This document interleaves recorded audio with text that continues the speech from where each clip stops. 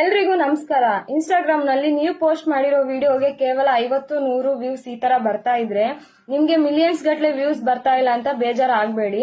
ನಾನು ಹೇಳು ಈ 3 ಸೆಟ್ಟಿಂಗ್ ನ ಆನ್ ಮಾಡ್ಕೊಳ್ಳಿ, ಖಂಡಿತ ನಿಮ್ಗೆ ಮಿಲಿಯನ್ಸ್ ಗಟ್ಲೆ ವ್ಯೂಸ್ ಬರುತ್ತೆ. ಯಾಕಂದ್ರೆ ನಾನು ಕೂಡ ಈ ಟ್ರಿಕ್ ನ ಅಪ್ಲೈ ಮಾಡ್ಕೊಂಡಿದೀನಿ, ನನಗೂ ರಿಸಲ್ಟ್ ತುಂಬಾ ಚೆನ್ನಾಗಿ ಬಂದಿದೆ. ಅದಕ್ಕೆ ಈ ಇನ್ಫಾರ್ಮೇಶನ್ ನಿಮ್ಗೂ ಸಹ ಹೇಳ್ತಾ ಇದ್ದೀನಿ.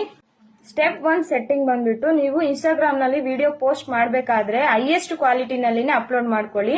ಇದು ಮೋರ್ ಆಪ್ಷನ್ ನಲ್ಲಿ ಹೋಗಿ ಹೈಯೆಸ್ಟ್ ಕ್ವಾಲಿಟಿ ಅಂತ ಈ ಬಟನ್ ನ ಎನೇಬಲ್ ಮಾಡ್ಕೊಳ್ಳಿ. ಅದರಿಂದ ಹೈಯೆಸ್ಟ್ ಕ್ವಾಲಿಟಿ ನಲ್ಲಿ ವಿಡಿಯೋ ಅಪ್ಲೋಡ್ ಆಗುತ್ತೆ. ಸೆಕೆಂಡ್ ಸ್ಟೆಪ್, ನೀವು ವಿಡಿಯೋ ಎಡಿಟ್ ಮಾಡಿದ್ಮೇಲೆ ಎಕ್ಸ್ಪೋರ್ಟ್ ಯಾವ ತರ ಮಾಡೋದು ಸಹ ತುಂಬಾ ಇಂಪಾರ್ಟೆಂಟ್ ಆಗುತ್ತೆ. ವಿಡಿಯೋ ಎಕ್ಸ್ಪೋರ್ಟ್ ಮಾಡೋಕ್ಕೂ ಮುಂಚೆ 1080p ಮತ್ತೆ FPS 30 ಅಲ್ಲಿ ಆವರೇಜ್ ಬಿಟ್ ರೇಟ್ 60 ಅಲ್ಲಿ ಇಟ್ಕೊಂಡು ವಿಡಿಯೋ ಡೌನ್ಲೋಡ್ ಮಾಡ್ಕೊಳ್ಳಿ. ಎಡಿಟ್ ಮಾಡಿರೋ ವಿಡಿಯೋ ಈ ತರ ಎಕ್ಸ್ಪೋರ್ಟ್ ಮಾಡೋದ್ರಿಂದ ವಿಡಿಯೋ ಅಪ್ಲೋಡ್ ಮಾಡುವಾಗ ಕ್ವಾಲಿಟಿ ಬ್ರೇಕ್ ಡೌನ್ ಆಗಲ್ಲ.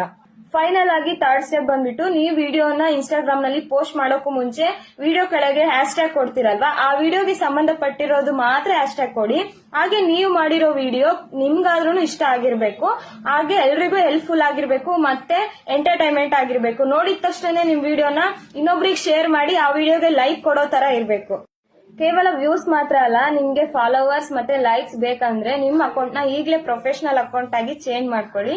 ಹಾಗೆ ವಿಡಿಯೋ ಅಪ್ಲೋಡ್ ಮಾಡೋ ಟೈಮ್ ಕೂಡ ತುಂಬಾನೇ ಇಂಪಾರ್ಟೆಂಟ್ ಆಗುತ್ತೆ. ಅದಕ್ಕೋಸ್ಕರ ಯಾವ ತರ ಪ್ರೊಫೆಷನಲ್ ಅಕೌಂಟ್ ಆಗಿ ಚೇಂಜ್ ಮಾಡ್ಕೋಬೇಕು, ವಿಡಿಯೋ ಯಾವ ಟೈಮ್ಗೆ ಅಪ್ಲೋಡ್ ಮಾಡಬೇಕು ಅಂತೇಳಿ ನಿಮಗೆ ಗೊತ್ತಾಗಬೇಕಂದ್ರೆ ನಮ್ಮೊಂದು ಚಾನಲ್ ನ ಈಗಲೇ ಫಾಲೋ ಮಾಡ್ಕೊಳ್ಳಿ.